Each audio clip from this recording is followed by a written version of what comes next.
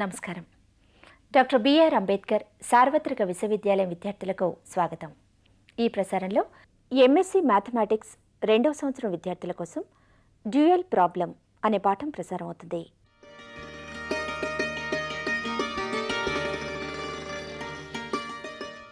Duality problem. The term dual in the general sense means two or double. In linear programming problem, the duality means that each linear programming problem can be analyzed in two different ways having the same solutions. Each linear programming problem stated in its original form called primal problem can be associated with a unique another linear programming problem based on the same data. The objective functions, the cost functions and the resource inputs of the primal problem and the dual problem are related in a unique way. In financial applications, if we view the primal problem as the maximization of profits, we may view its dual problem as the minimization of the costs. Very often the solving of a dual problem will reduce the numerical work and hence we prefer solving a dual problem than its primal problem. This is the main advantage of dealing the dual problems. This is so in the case of primal problems where the number of constraints, that is the inequations, are more than the number of variables. In general, it is immaterial that which of the two problems is called primal or dual, because we can prove that dual of a dual is primal. In this lesson, I am going to demonstrate how to write a dual problem for a given primal problem and then state and prove the basic duality theorem. Now, throughout this lesson we follow the notation. The notation is A is an Aij m by n matrix of reals, m by n matrix, and C is a row vector of n reals, B is a column vector of m reals, and x1, x2 etc. xn transpose an unknown column vector of n elements. Now, here in the linear programming problem, we may view that all these Aij's represent the number of units of resources I required to produce one unit of commodity J, and also the Bj's represents the number of units of resources J available, and Cj represents the profit per unit commodity J produced. Now, the primal and also dual problems can be written like this. The primal problem is the maximization of ZP, the phi suffix indicates that it is a primal problem, ZP that is equal to C into x subject to Ax is less than or equal to B, x is greater than or equal to 0. Now, its dual is minimize ZD, D suffix D indicates that it is a dual problem, that is equal to B dash y subject to the constraints A dash y is greater than or equal to C dash y is greater than or equal to 0. If we write all the components, the primal problem can be stated like this. Now, the primal problem is to find a solution x that makes the profit function maximum, that is, if ZP is a profit function, maximize ZP that is equal to C into x subject to the constraints in the component form A11 x1 plus A12 x2 etc., A1 xn less than or equal to B1, A21 x1 plus A22 x2 plus so on A2n xn less than or equal to B2, AM1 x1 plus AM2 x2 plus so on plus AMN xn is less than or equal to Bm, all x1 x2 etc. xn are greater than or equal to 0. Now, you can see there are m equations and there are n unknowns, namely x1, x2 etc. xn, n unknowns. Its dual problem is written here. The dual problem is to find y to minimize the cost. D stands for dual, ZD that is equal to B dash y subject to the constraints A11 y1 plus A21 y2 etc. AM1 ym greater than or equal to C1, A12 y1 plus A22 y2 etc. AM2 ym is greater than or equal to C2 etc.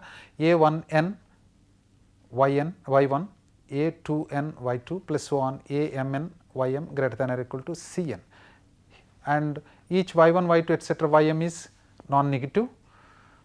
Now, there are n equations and the unknowns are m in number. In the dual problem there are m unknowns, n equations. Now, to formulate the dual problem we follow the following steps. There are n unknowns in the primary problem and there are m equations. Here in the primal problem the maximization is there and the inequalities are all less than or equal to. Here the constraint bounds are B1, B2, Bm and the cost coefficients are C, whereas in the primal problem the problem now is minimization problem and then the inequalities are greater than or equal to inequalities. Now, the equations are m in number, equations are n in number and the unknowns are y1, y2 etc. ym, m in number.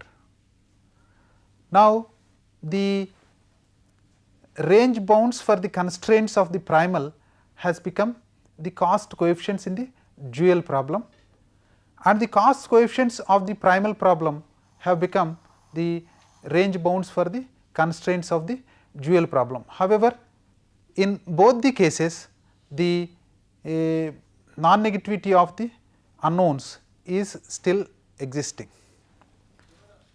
This you can view this with a simple example. This you can make use of a simple example and then find out the dual problem. Now, a particular case of the primal problem is maximize ZP that is equal to 12x1 plus 3x2 plus x3 subject to 10x1 plus 2x2 plus x3 less than or equal to 100, 7x1 plus 3x2 plus 2x3 less than or equal to 77, x1, x2, x3 is greater than or equal to 0. Now, its dual problem is minimize, in place of maximize it is minimize ZD that is equal to 100 into y1, the range bounds are now 100 and 77 now become cost coefficients 100 into y1 plus 77 into y2 subject to the constraints 10 y1 plus 7 y2 greater than or equal to 12, all these the cost coefficients here have 12, 3 and 1, they are all range bounds for the constraints, and there are now 3 equations, 2 unknowns, y1, y2 are 2 unknowns, and you are given 3 equations. So, this way you can convert a primal problem into a dual problem or dual problem to a primal problem. Now, we will state and prove the duality theorem. Duality theorem states that if either the primal or the dual problem has a finite optimal solution, then the other problem also has a finite optimal solution and the values of the two objective functions are equal. Before going for the proof of the fundamental duality theorem, we need 2 more results to be proved. They are, the result 1 is the value of the objective function of the primal problem at any feasible solution should be less than or equal to the value of the objective function of the dual problem at any feasible solution. That is, if x naught is a feasible solution of the primal and y naught is a feasible solution of the dual, then C x naught is less than or equal to b dash y naught, or Z p is less than or equal to Z d. Now, we will go for the proof of this result, because x naught is given as a feasible solution of the primal problem is maximum of Z p, maximize Z p, that is equal to C x subject to A x is less than or equal to b and x is greater than or equal to 0, and y naught is the feasible solution of the dual minimizing Z d is equal to b dash y subject to A dash y is greater than or equal to C dash y is greater than or equal to 0. Now, x naught is the feasible solution of the maximization problem, primal problem, that is A x less than or equal to b. Hence, because x naught is a feasible solution, A x naught is less than or equal to b. This implies pre-multiplying by y naught dash, you will get y naught dash into A x naught is less than or equal to y naught dash into b. Now, taking transpose of this twice, transpose of transpose, that is A dash y naught whole dash into x naught is less than or equal to b dash y naught whole dash. Here dash is the transpose of the concerned matrix. Also, A dash y naught is greater than or equal to C dash implies x naught dash into A dash y naught, that means you are pre-multiplying it by x naught dash on both sides, x naught dash into A dash y naught is greater than or equal to x naught dash into C dash. Now, that implies x naught dash into y naught dash A whole dash, that means you are writing this A dash y naught as the transpose y naught dash A whole dash, that is greater than or equal to C x naught dash, because x dash C dash can be written as C x dash whole dash. And taking the transpose once again, y naught dash A into x naught dash is greater than or equal to C x naught dash C x naught whole dash, implies y naught dash A x naught is greater than or equal to C x naught, taking the transpose on both sides, implies A dash y naught whole dash, the same y naught dash A can be written as A dash y naught whole dash x naught greater than or equal to C x naught. If you call this as 2 from 1 and 2, 1 is the already achieved from the first one, that is A dash y naught dash x naught is less than or equal to b dash y naught dash. If you call it as 1 from this 1 and also from this 2, you will get C x naught is less than or equal to A naught y naught whole dash into x naught, that is less than or equal to b dash y naught dash b naught y naught whole dash, that is C x naught is less than or equal to b dash y naught. Here b dash y naught is only a scalar, hence even if you delete its transpose nothing will happen, hence Zp is less than or equal to Zd, that is the required result. Now, we are required to prove one more result for proving the duality theorem, and the result is stated here. The result 2, if x cap is a feasible solution to the primal problem, that is maximization of Zp is equal to Cx subject to x less than or equal to b, x less greater than or equal to 0, and y cap is a feasible solution of its dual, that is minimizing Zd that is equal to b dash y subject to a dash y is greater than or equal to c dash y at x, y is greater than or equal to 0, such that Cx cap is equal to b dash y cap. Apart from x cap, y cap are the feasible solutions of the corresponding primal and dual problem, it is also given that Cx cap is equal to b dash y cap. Then the theorem states that x cap and y cap are the optimal solutions of the primal and dual respectively. We will prove this result. Now, the proof of the result, if x is any feasible solution of the primal and y cap is any feasible solution of the dual, then as per result 1, c into x is less than or equal to b dash y cap. But you are given that Cx cap is same as b dash y cap. Therefore, Cx should be less than or equal to Cx cap. Cx should be less than or equal to Cx cap.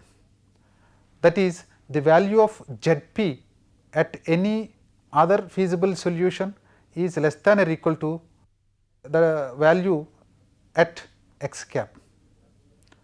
That means the Cx cap is maximum at x cap, that is x cap is the optimal solution to the primal problem, because the primal problem is the maximization problem. Cx cap, the corresponding z value at x cap is maximum, hence it is called optimal solution.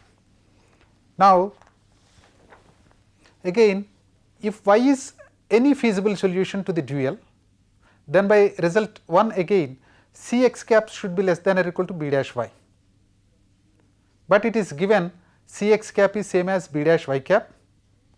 So, b dash y cap should be less than or equal to b dash y. From this b dash y cap is less than or equal to b dash y.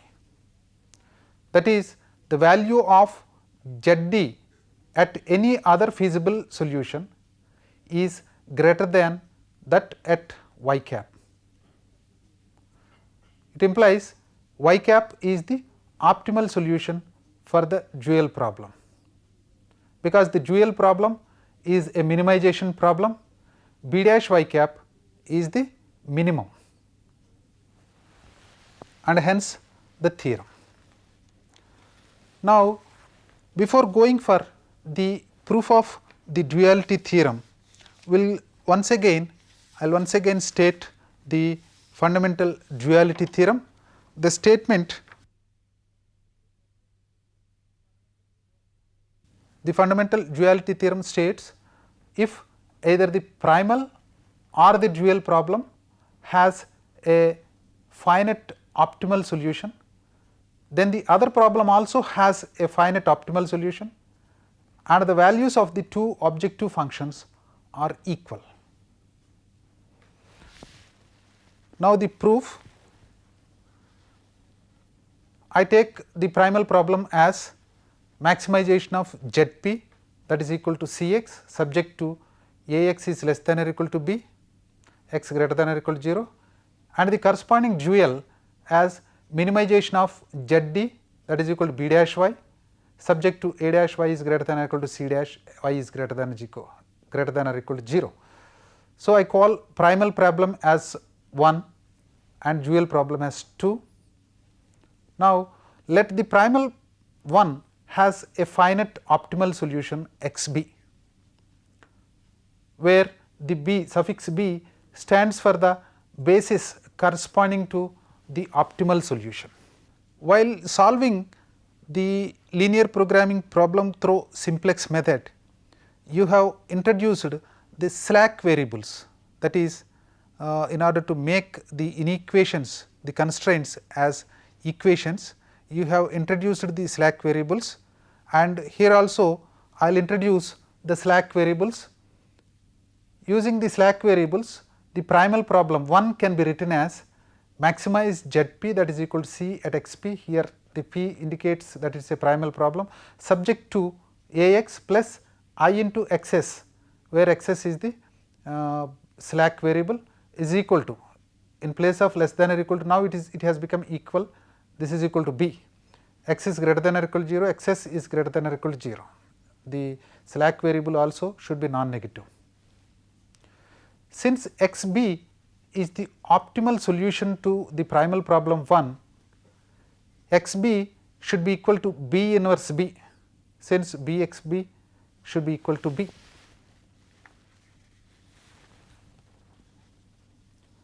Now the objective function, the value of the objective function Zp at xb, optimal solution, is Cb into xb, but xb is equal to b inverse b, so that it is equal to Cb into b inverse b. If you call Cb into b inverse, Cb b inverse as w dash, then w dash b should be equal to Cb, because b is a basis, w dash a should be greater than or equal to C, or taking the transpose, a dash w should be greater than or equal to C dash, which implies w is a feasible solution of the dual problem. Also Zd, that is the objective function of the dual problem, should be equal to b dash w, that is equal to w dash b, its transpose. It should be equal to Cb into b inverse into b, because w is assumed to be Cb into b inverse into b, or that is equal to Cb into xb, taking b inverse b as xb, and it should be equal to the objective function of the primal problem at xb. So Zd is equal to Zp. Therefore w and xb are feasible solutions to dual problem 2 and primal problem 1 respectively, and also Zd is equal to Zp, that is the objective functions at the feasible solutions are equal. Now based on the result 2, w should be the optimal solution of the dual problem, which proves the theorem. So if a primal or a dual has a optimal solution, then the other problem, the dual or the primal, will have a optimal solution, and the objective function at these solutions of both the problems are one and the same. Hence, depending on the convenience, the student may choose to solve either a primal problem or a dual problem. Solving of any one of these problems is equivalent to solving of the other problem. మీ సందేహాల్ని సూచనల్ని ఆహ్వానిస్తున్నాం. మీ సందేహాలు సూచనలు మాకు తెలియజేయవలసిన మా చిరునామా: director, audio visual production and research centre, doctor BR Ambedkar open university, professor G Ramareddy Marg, road number 46, Jubilee Hills, Hyderabad 500033. చిరునామా మరోసారి: director, audio visual production and research centre, doctor BR Ambedkar open university, professor G Ramareddy Marg, road number 46, Jubilee Hills, Hyderabad 500033.